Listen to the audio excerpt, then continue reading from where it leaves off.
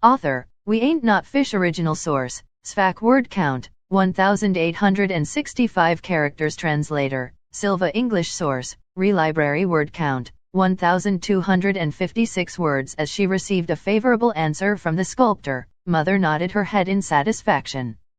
With a casual flip of her hand, the huge sculpture disappeared on the spot. This, could it be the legendary dimensional bag owned by every light novel protagonist? So cool. I also want it. If I asked nicely, Mother will probably give me one, right? After all, she pampered me this much. If I act cute in front of her, she probably wouldn't make a deal with me in exchange for being her dress-up doll, right? Right? As if she wouldn't do that. She would definitely threaten me with a dimensional bag in one hand and an extremely shameful dress in the other, saying, "Do you want this? As long as you put on this dress, I will give it to you." He. Advertisements. I suspect she showed that to me deliberately. By stirring up my desire for that item, she would take that opportunity to drop me into her dress-up hell. Too naive.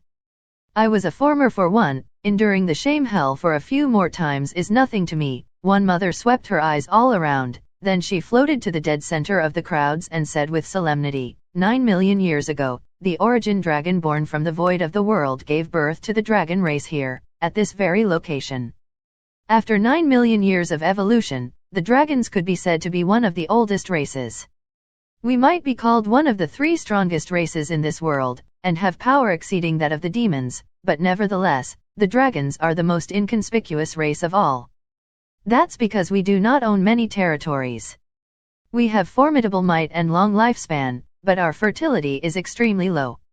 Even after 9 million years, there are only a little more than 1,000 of us, and that is everyone here. Actually, a Karen interrupted, not all of us are. As Mother was interrupted by a Karen, she glared at him and asked, "Didn't I say everyone must come?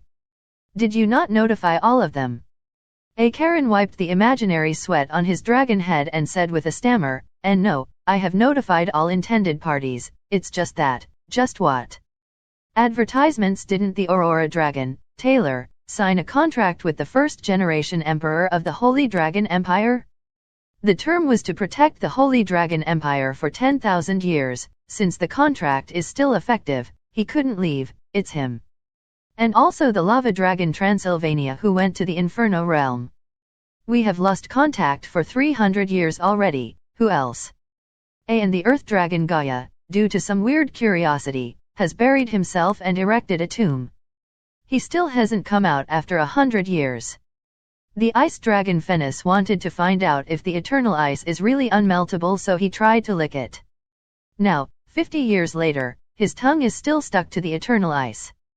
The Eclipse Dragon just kidnapped the demon's princess not long ago and is being chased everywhere by the Demon King. Oi, all of those guys seem to be in a dire situation. Are you guys really fine with not giving them a hand?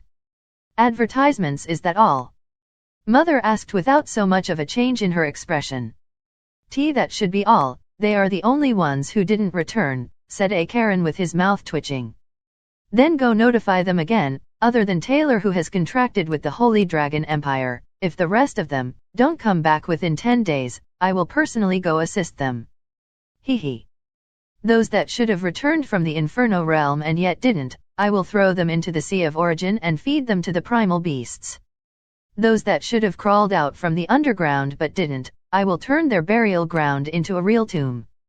Those that should have pulled out their tongue but didn't, I will personally cut off their tongue. As for the one who kidnapped the princess, tell him a job well done. If he didn't die this time, I will personally award him the princess. Is that what you call an assist? That was a threat. A bona fide threat. This isn't how you are supposed to look after your people. And why does the last one who kidnapped the princess receives a good job and you are even trying to betroth the princess to him? Have you guys ever thought about the feeling of the princess and the Demon King?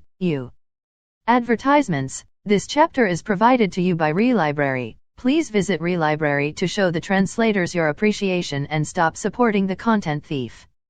At this very moment, I finally realized that the dragons had mental problems, but that was not because of an illness.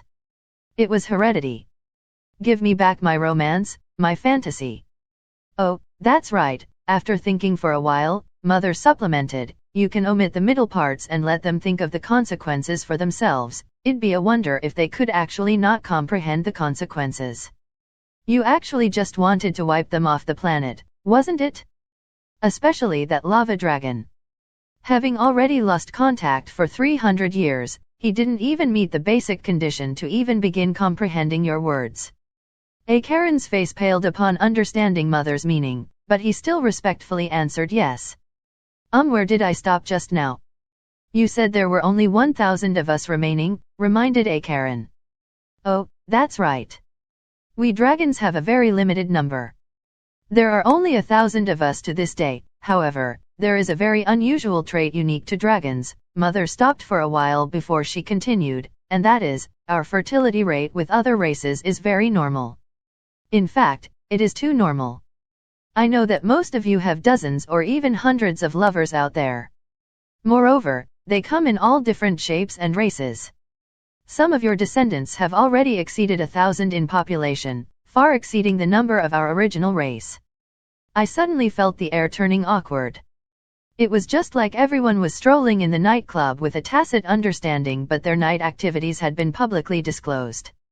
And it was disclosed by their family head no less. Mother didn't care about the awkward atmosphere and continued, you guys need not feel ashamed, because your ancestors are the same. That's why there are so many dragon subtypes. In a certain respect, you guys have created a new race.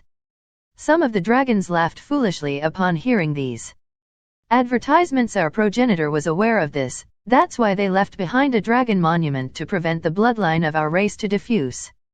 Only a pure-blooded dragon will be able to leave their mark on the monument and obtain a true name. This is the reason the bloodline of our race remains pure to this day. And today is the day my daughter will obtain her true name. All of you, take a good look, for she will be the one who guides you in the future. To roar. The dragon roar resounded from the valley without pause. What? We're already starting? I haven't mentally prepared myself for this, but of course, as in my previous life, leading a small group of dragons is easy peasy. All hail her imperial princess. I want to give birth to your monkey. Only if they aren't as retarded as these.